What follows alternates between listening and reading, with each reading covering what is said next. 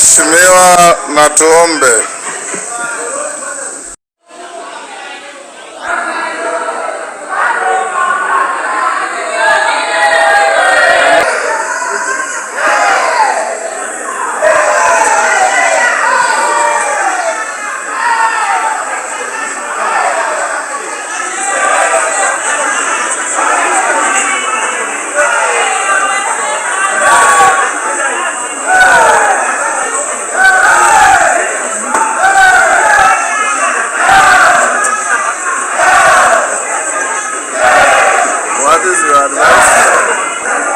Honorable members, as you are aware, the sitting of this afternoon was suspended for 15 minutes. This suspension was occasioned by actions and/or utterances by various members of the House contrary to Standing Order 107 and 107A. Specifically, the said members, among other things, defied a ruling of the Speaker, made disruptive utterances, used violence against a member of the House, and acted in a manner to the serious detriment of the dignity of the House. Honorable members, I wish to advise you that we need at all times to observe decorum in the House and the dignity of the House. Honorable members, as your Speaker, I'm saddened at what I've witnessed this afternoon. I have consistently refrained myself from invoking standing orders relating to the discipline of the House. Following what has happened this afternoon, I want to direct as follows. The following members, having flouted the standing orders of the House by menacing each other, shouting at the chair, and making all manner of unprintable utterances, I will invoke the provisions of Standing Order 107, 107A, grossly disorderly conduct. The following members are guilty of grossly disorderly conduct. Number 1, Millie Odhiambo. Number 2, Rosa Buyu. Number 3, Sabina Chege. Number 4, Fatuma Muyanzi. Number 5, Catherine Omanyo. Number 6, Joyce Kamene.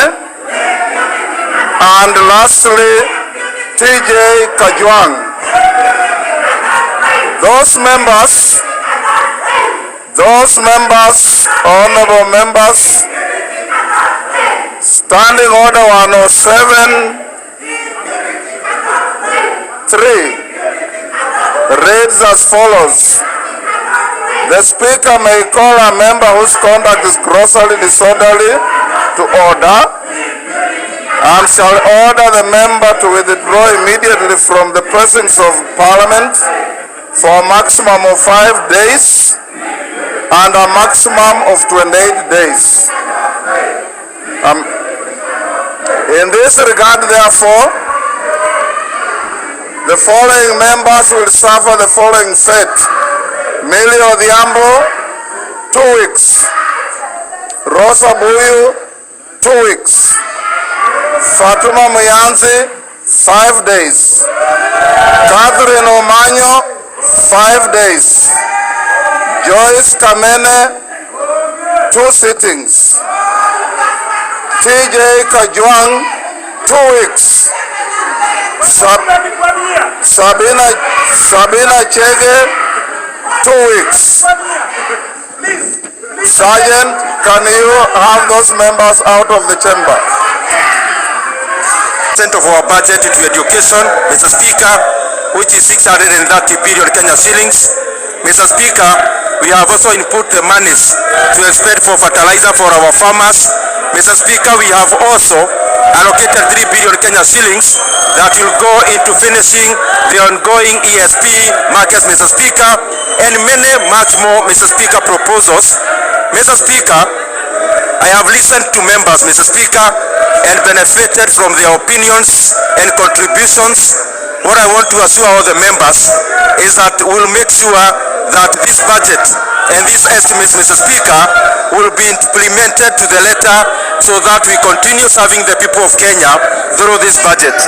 Mr. Speaker, also, in terms of policy, we will endeavor to do the best, Mr. Speaker, because as members are aware, the budget itself, that is government spending and government expenditure, accounts for only around 22% of our GDP. And therefore, even in regards to, Mr. Speaker, the policy will continue serving the people of Kenya to make agriculture viable for our farmers, to streamline, Mr. Speaker, our education, and to put all the resources into various value chains. Mr. Speaker, I thank all the members. I thank you, Mr. Speaker. I thank the National Treasury. I thank the membership of budget, all the departmental chairs, Mr. Speaker, and all the members of this House from both sides. And Mr. Speaker, having said that, I beg to reply.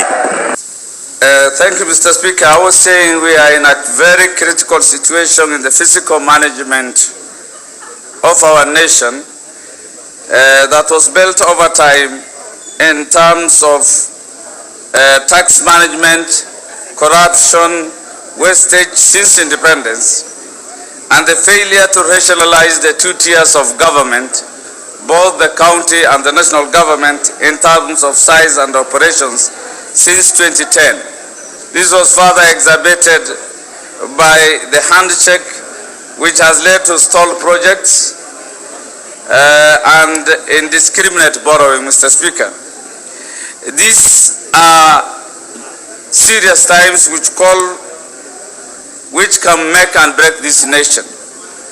We are in a very hard situation, and this demands for our collective support of all to find a sustainable situation, Mr. Speaker. Mr. Speaker, the elephant in the room is the diminished public trust in our institutions.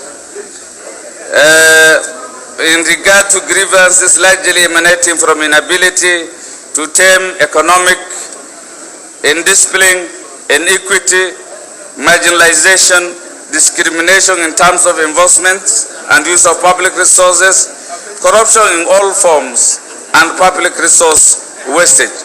Mr. Speaker, first on the equity and sustainability. Though I'm not a finance expert, I believe the regulations and administration set within the budget estimate guarantee that there is a balance in terms of tax balance between the haves and the have-nots. At least the major corporates are brought on board to make sure that they pay substantially. There is zero rating of food production, fertilizers, and all other technologies, and a really stringent tax administration to counter avoidance and evasions of tax payment, Mr. Speaker. Further, Mr. Speaker, the sustainability of tax principle is more visible in the revenue, in the expenditure perspective, Mr. Speaker. Our government has been allocating development and investment along the railway line during the colonial time, which was further inherited by the government from 1963. There was a skewed distribution of development, and since then we have had disparities in terms of allocations. Equity has not been... Time up. Until Tuesday, the Tuesday 13th of June 2023, at 2:30 p.m.